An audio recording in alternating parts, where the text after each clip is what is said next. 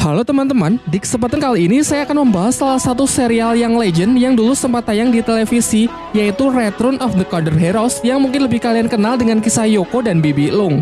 Salah satu yang paling hits adalah versi Andy Lau yang tayang di TV di pertengahan era 90-an. Namun yang saya bahas kali ini adalah yang versi 2006 dengan visualisasi yang jauh lebih baik tentunya. Bagi kalian yang lupa atau belum tahu, serial ini menceritakan mengenai anak yatim piatu bernama Yoko. Yoko kecil dikirim ke sebuah perguruan bela diri untuk belajar di sana. Namun karena selalu ditindas, Yoko lebih memilih kabur dari perguruan tersebut.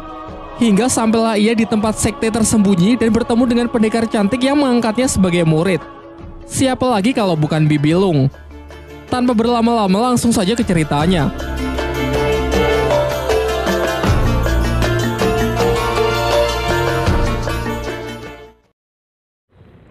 Pada suatu ketika, keluarga Liok mendapatkan teror dari mantan kekasihnya yang bernama Limocho, si wanita iblis. Limocho menjadi pembunuh keji setelah kekasihnya itu menikah dengan wanita lain. Sadar bahwa ia tak akan mampu mengalahkan Limocho, ia menyuruh pelayannya membawa pergi putri dan keponakannya yang keduanya masih kecil. Sebuah sapu tangan hasil sulaman ketika mereka masih menjadi pasangan kekasih ia ikatkan ke leher dua anak tersebut dengan harapan Limocho akan menunjukkan belas kasihannya. Di malam harinya, Limocho benar-benar datang dan dengan kejam membunuh keluarga malang tersebut.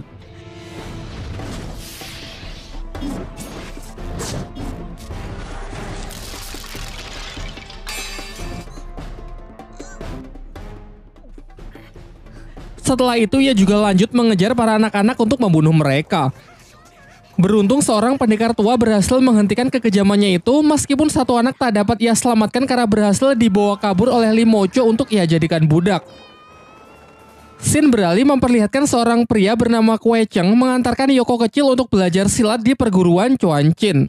Diceritakan kalau kedua orang tua Yoko meninggal saat ia masih kecil. Lalu ia sempat mendapatkan ayah angkat, namun karena suatu alasan Kue Cheng lah yang mengambil alih untuk mengasuhnya.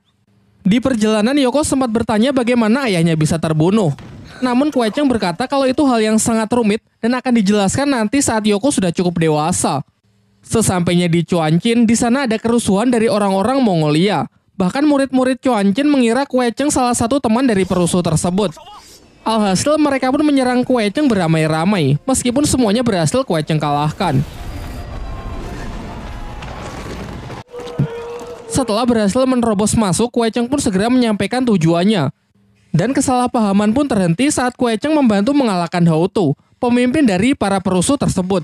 Diceritakan kalau Houtu datang karena ingin bertemu dengan murid sekte kuburan kuno yang konon cantik bagaikan bidadari dan sedang mencari suami. Letak kuburan kuno bertetangga dengan perguruan Chuanchin. Di saat Houtu datang ke depan kuburan, ia malah disambut oleh serbuan kawanan lebah. Sebagai informasi, sebenarnya isu mengenai murid kuburan kuno yang mencari suami sengaja disebarkan oleh Limocho, senior dari sekte tersebut. Ia iri kepada juniornya yang bernama Xiao Lungli, nanti akan lebih akrab dipanggil Bibi Lung, karena lebih disayang mendiang gurunya dan diberi kitab hati gadis suci. Di sini ia selalu berambisi untuk masuk ke kuburan kuno dan mengambil kitab itu. Sementara itu, Kue Cheng menyerahkan Yoko pada guru besar di perguruan itu, yang dulu pernah menjadi guru dari ayah Yoko. Singkat cerita, Yoko pun diterima sebagai murid, kemudian diserahkan kepada pendeta yang bernama Zhou Qikeng agar didisiplinkan. Namun ia menyepelekan kehebatan dari perguruan Chuanchin karena ia melihat sendiri Kue Cheng seorang diri begitu mudah mengalahkan puluhan pendeta Chuanchin. Ia juga menolak mematuhi aturan dan cenderung tidak menghormati para seniornya. Karena laga Yoko inilah para guru kesal dan tidak mengajarinya praktek bela diri, melainkan hanya teori-teorinya saja. Di hari-hari berikutnya Yoko banyak berbuat kenakalan sehingga ia sering mendapatkan hukuman. Pada suatu hari di perguruan Chuanchin diadakan pertandingan persahabatan antar murid junior. Yoko kecil diminta bertarung dengan lawan yang sebenarnya tidak seimbang. Alhasil ia pun dibuat babak belur karena sama sekali tak bisa mempraktekkan ilmu bela dirinya sebab gurunya selama ini hanya menyuruhnya menghafal teori-teori saja. Dalam kondisi yang marah, Yoko terpaksa mengeluarkan satu-satunya ilmu kungfu yang ia tahu, yaitu jurus kodok dari ayah angkatnya dulu. Serangan keju tersebut melukai salah satu murid. Karena ulahnya itu ia dianggap penganut aliran sesat dan diserbu para murid Chuanchin. Ia pun berlari sampai masuk ke wilayah sekte kuburan kuno sehingga sebagian orang-orang Chuanchin tak berani lagi mengejarnya. Mereka yang memaksa akhirnya diserbu oleh kawanan lebah yang membuat mereka tersengat kabur.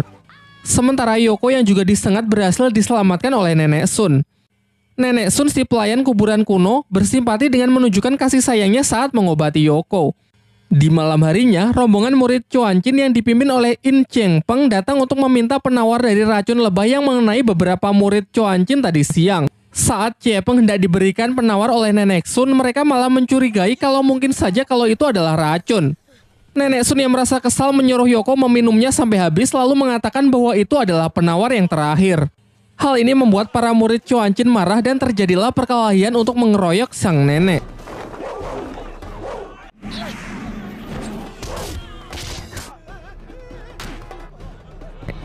Sampai akhirnya senior Chuanchin turun tangan untuk menghentikannya, namun malah secara tak sengaja membunuh Nenek Sun. Di tengah kepanikan itu, Bibi Lung muncul dengan ilmu meringankan tubuhnya. Diperlihatkan kecantikannya membuat Cheng Peng sama sekali tak berkedip. Sesaat sebelum ajalnya tiba, Nenek Sun berpesan agar Bibi Lung bersedia menjaga Yoko untuk selamanya. Setelah perpisahan itu, pertarungan pun tak terelakkan. Selendang dan sarung tangan anti pedangnya sanggup mengalahkan puluhan serangan dari para murid Chuanchin.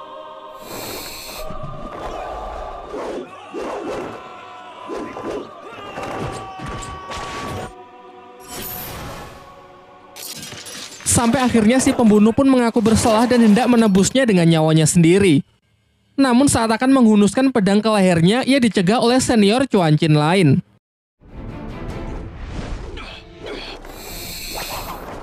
Giliran dirinya lah yang bertarung melawan Bibi Lung, sampai cukup kewalahan menghadapi jurus indah Bibi Lung dan tak sanggup mencegahnya melarikan diri.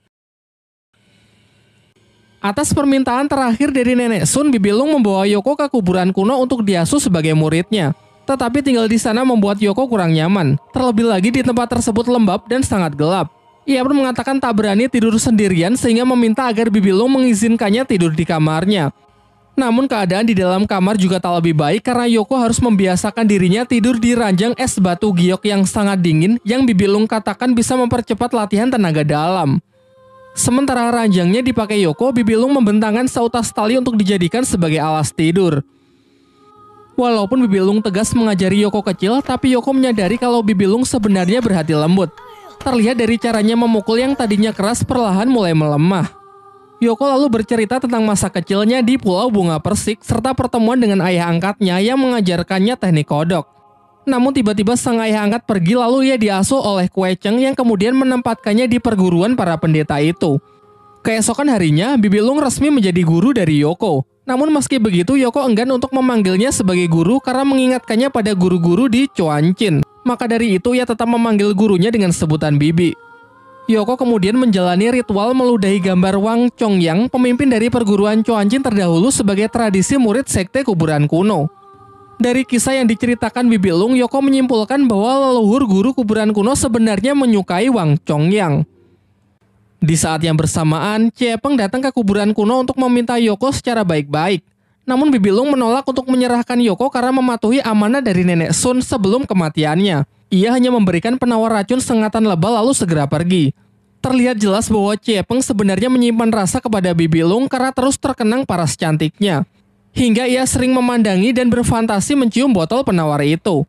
Di sisi lain, Yoko yang menangis karena tersesat dan gelapnya tempat itu segera dihampiri oleh Bibi Lung.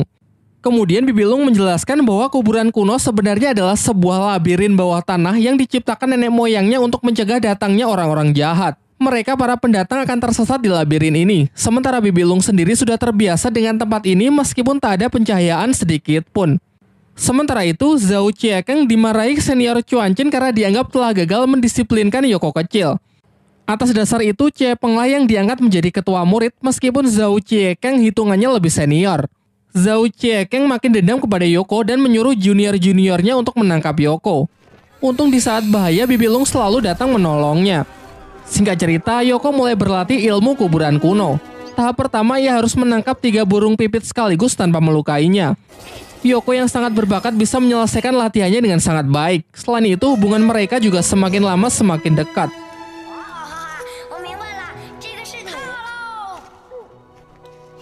Hingga tak terasa bertahun-tahun pun telah berlalu dan Yoko kecil kini telah tumbuh semakin dewasa.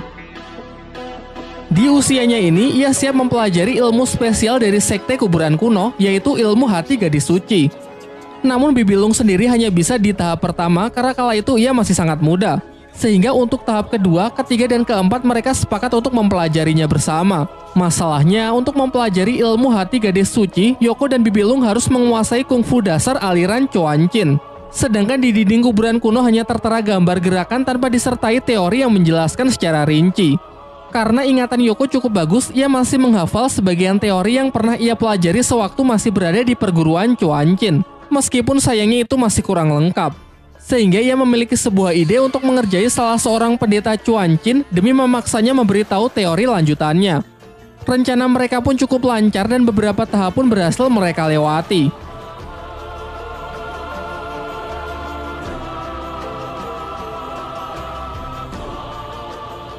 Namun pada tahap selanjutnya, Yoko dan Bibilung hendak melewatkannya. Sebab di tahap ini tidak pantas dilakukan oleh orang yang berlainan jenis kelamin. Yaitu mereka harus bermeditasi berhadapan tanpa berpakaian. Karena pakaian dianggap dapat menghambat aliran tenaga dalam saat proses latihan. Yoko kemudian menemukan sebuah ide dengan mengajak Bibilung pergi ke suatu tempat yang ia temukan saat berburu kelinci. Yaitu sebuah hamparan bunga yang cukup untuk menghalangi jarak pandang mereka sehingga meditasi bisa berjalan lancar tanpa Salfok melihat kemana-mana. Akhirnya mereka pun sepakat untuk memulai latihan malam ini. Di malam harinya, mereka benar-benar memulai meditasi di taman bunga itu sesuai petunjuk di dinding demi menguasai ilmu hati gadis suci. Secara kebetulan di malam itu juga, Ciepeng keluar karena tidak bisa tidur memikirkan Bibilung. Sehingga ia pun berjalan-jalan mendekati kuburan kuno. Zhao Cikeng yang mempergokinya mengancam akan memberitahukan senior Chuanchin atas masalah ini. Sebenarnya ia masih dendam karena merasa iri kepada Ciepeng yang diangkat jadi ketua murid menggantikan dirinya. Di sini mereka pun berdebat dan bertarung.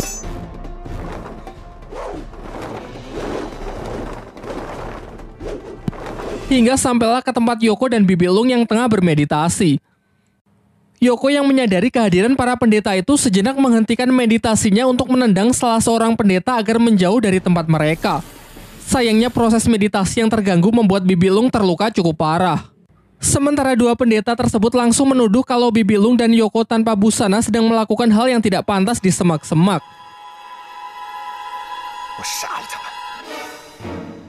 Lanjut ke bagian 2.